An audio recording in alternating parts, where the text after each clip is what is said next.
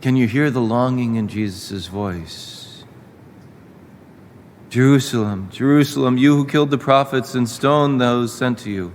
How many times I yearned to gather your children together, as a hen gathers her brood under her wing, but you were unwilling. The sadness there because he knows Jerusalem will be destroyed because of the hardness of their hearts. You know, even though these people were out to get Jesus, he recognized they were not his enemy.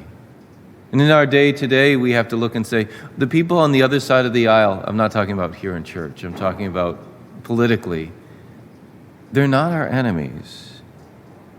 St. Paul puts, he says, that our struggle is not with flesh and blood, but with principalities and powers, with the world rulers of this present darkness, with evil spirits in the heavens. That is, the enemy is not other people. The enemy is the evil one, Satan. He says, that's what we need to be focused on. We might have people that are doing the biddings of him, but they're the ones that Jesus came to rescue, right? Including us, not our enemies.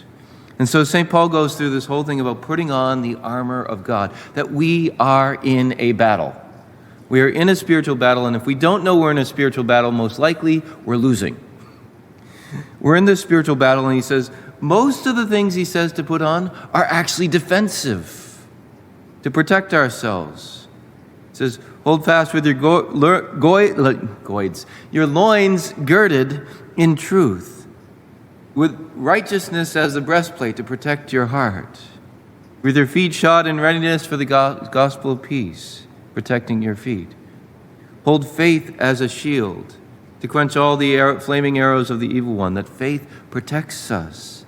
The helmet of salvation, recognizing that God has called us to be with him forever. And then the sword of the Spirit, which is the word of God. There's the offensive weapon. But everything else is defensive. I remember when I was in seminary, we used to have this charismatic group, and one of the guys, he had been a doctor in his previous life, and he was there praying, and he says, I got a sword here, and he pulls out his Bible, and also a little dagger, and he had like a New Testament and the Psalms type of thing. He thought he was so funny. I didn't get it. I didn't remember this, that the Word of God is the sword of the Spirit. And so he was saying, oh, it's a dagger. Okay, well, whatever.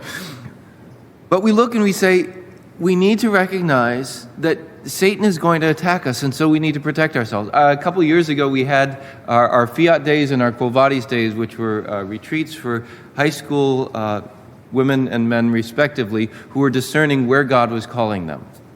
And at both weeks, we had Sister Miriam Christie come and speak to us. Sister Miriam Christie is one of the Daughters of Mary, Mother of Healing Love, over in Manchester now.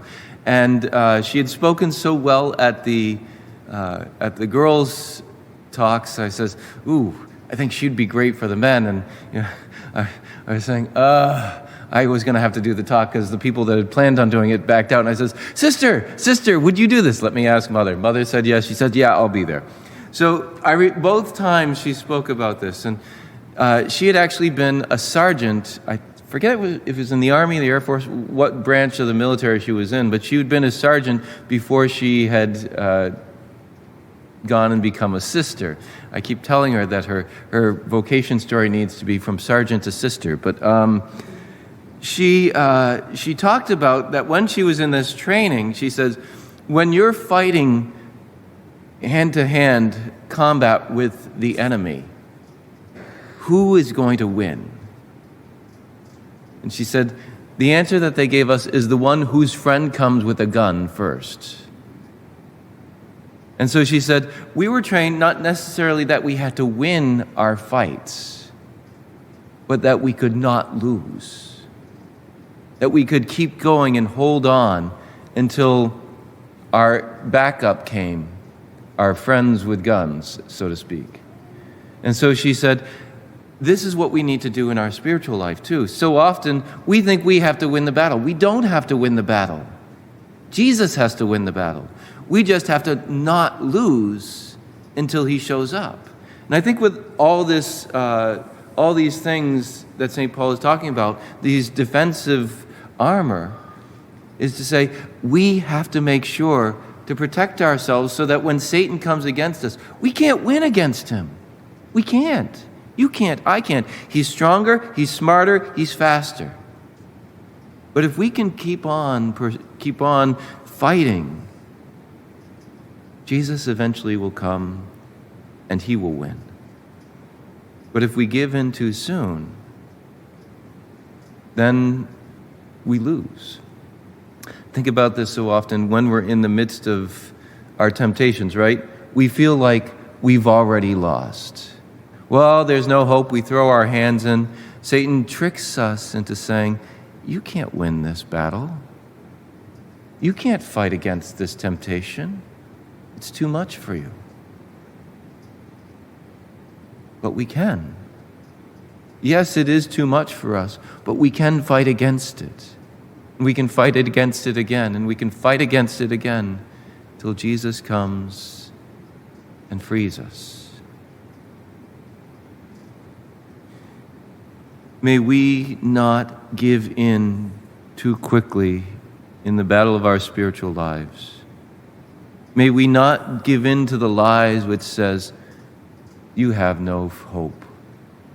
But rather may we trust in Jesus and in the midst of the battle, keep on keeping on.